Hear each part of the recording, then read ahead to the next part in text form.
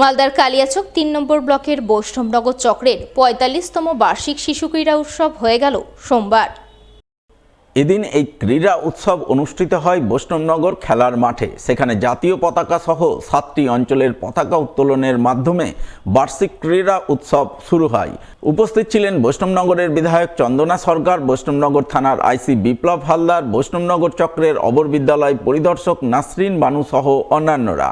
এদিন তাদের উপস্থিতিতে বৈষ্ণবনগর চক্রের সমস্ত প্রাথমিক বিদ্যালয়, শিশু শিক্ষা এবং মাদ্রাসা শিশু শিক্ষা কেন্দ্রের শিশুদের নিয়ে মোট ৩৪টি ইভেন্টে বার্ষিক ক্রীড়া প্রতিযোগিতা অনুষ্ঠিত হয়, যাকে কেন্দ্র করে আনন্দ মুখরিত হয়ে ওঠে বৈষ্ণবনগর খেলার মাঠ।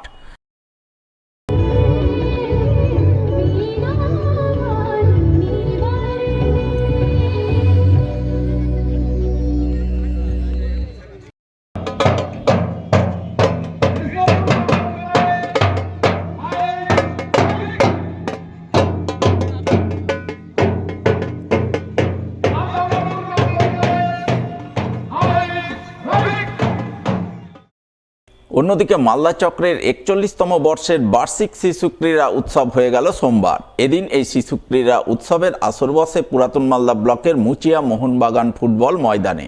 উপস্থিত ছিলেন জেলা প্রাথমিক বিদ্যালয় পরিদর্শক মলয় মণ্ডল, মালদা চক্রের অবর বিদ্যালয় পরিদর্শক ভরত ঘোষ, পুরাতন মালদা পৌরসভার চেয়ারম্যান বিভূতিভূষণ ঘোষ সহ অন্যান্যরা।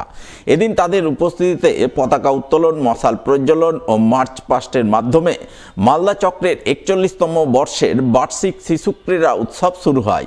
শুরুর পরপরই মালদা চক্রের ৫৯টি প্রাথমিক বিদ্যালয়ের কয়েকশো ছেলেমেয়ে ৩৪টি ইভেন্টে অংশ নিয়ে ময়দান মাতিয়ে তোলে।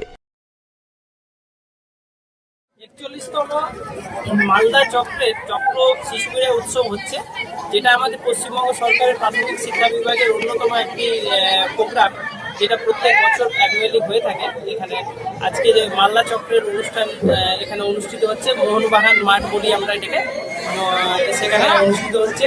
প্রায় ৫৯টি বিদ্যালয় থেকে ছাত্রছাত্রীরা আজকে এখানে অংশগ্রহণ করছে।